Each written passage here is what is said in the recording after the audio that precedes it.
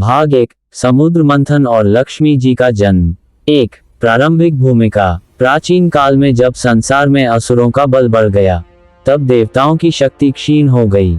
असुर बार बार देवताओं पर आक्रमण करने लगे और देवगण भयभीत होकर भगवान विष्णु की शरण में पहुंचे। विष्णु भगवान ने उन्हें एक उपाय बताया। यदि तुम असुरों के साथ मिलकर क्षीरसागर का मंथन करोगे, तो वहां से अमृत और अनेक दिव्य रत्न निकलेंगे, जिनसे तुम्हारी शक्ति पुनः स्थापित होगी। 2, समुद्र मंथन का आयोजन। विष्णु भगवान की आज्ञा से देवता और असुर मिलकर समुद्र मंथन के लिए तैयार हुए। मंदर पर्वत को मंथन का दंड मंथन स्तंभ बनाया गया और नाग वासुकी को मंथन की रस्सी। जब मंथन प्रारंभ हुआ, सागर का जल उफान मारने लगा, बिजली चमकने लगी और समुद्र से दिव्य प्रकाश निकलने लगा। 3, समुद्र मंथन से निकले 14 रत्न। मंथन के क्रम में अनेक अद्भुत वस्तुएं प्रकट हुईं, जिन्हें 14 रत्न कहा गया। इनमें प्रमुख हैं हलाहल विष, जिसका पान भगवान शिव ने किया, कामधेनु गाय जो सभी कामनाएं पूर्ण करती है, उच्चैःश्रवा घोड़ा देवताओं का दिव्य अश्व, ऐरावत हाथी इंद्र का वाहन, कल्प वृक्ष इच्छानुसार फल देने वाला वृक्ष, अप्सराएं दिव्य नर्तकियां, चंद्रमा जिसने भगवान शिव के मस्तक को शोभित किया, धन्वंतरी देव अमृत कलश लेकर प्रकट हुए, कौस्तुभ मणि जो विष्णु जी के गले का अलंकार बना, पारिजात वृक्ष स्वर्ग का पुष्प वृक्ष, शंख विष्णु का दिव्य प्रतीक, वैराज रत्न ऐश्वर्य का प्रतीक, अमृत कलश अमृतत्व देने वाला अमृत, लक्ष्मी देवी जो समस्त ऐश्वर्य और मंगल की अधिष्ठात्री हैं। 4, लक्ष्मी जी का प्रकट होना। जब मंथन चल रहा था, तब एक क्षण ऐसा आया जब समुद्र से दिव्य प्रकाश फैल गया। वहां एक सुंदर कमल पुष्प प्रकट हुआ और उस कमल पर विराजमान थी महालक्ष्मी जी, अत्यंत तेजस्विनी, दिव्य और मोहिनी स्वरूपा। उनका वर्ण स्वर्ण के समान दमक रहा था। 4 भुजाएं थीं, एक में कमल पुष्प, दूसरे में स्वर्ण पात्र, तीसरे में अभय मुद्रा और चौथे में वर मुद्रा।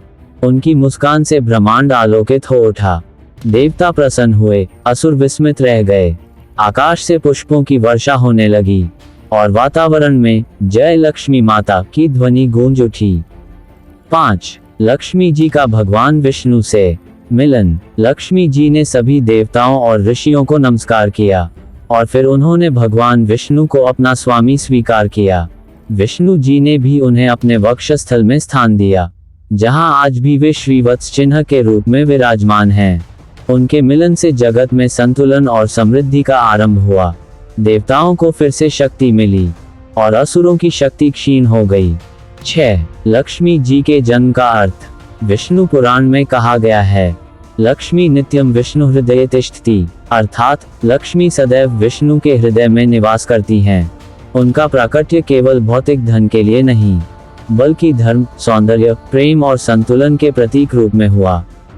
भाग 2, लक्ष्मी जी के रूप, सेवा और भक्ति के लाभ।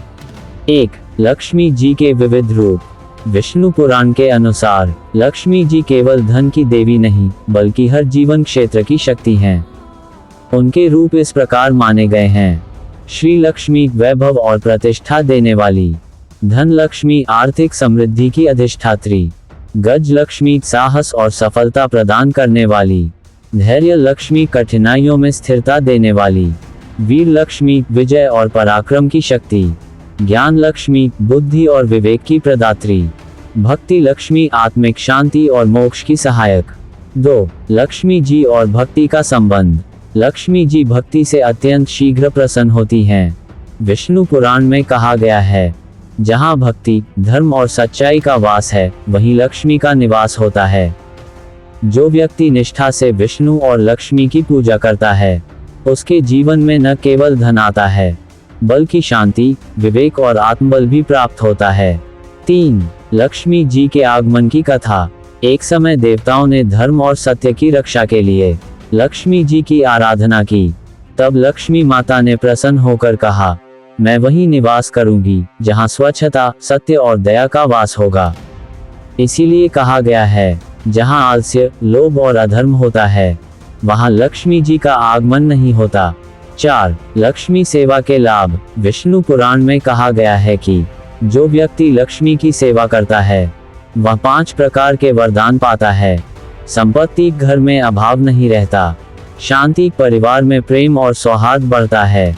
पुण्य, धर्म मार्ग पर स्थिरता आती है। बुद्धि, निर्णय क्षमता प्रखर होती है।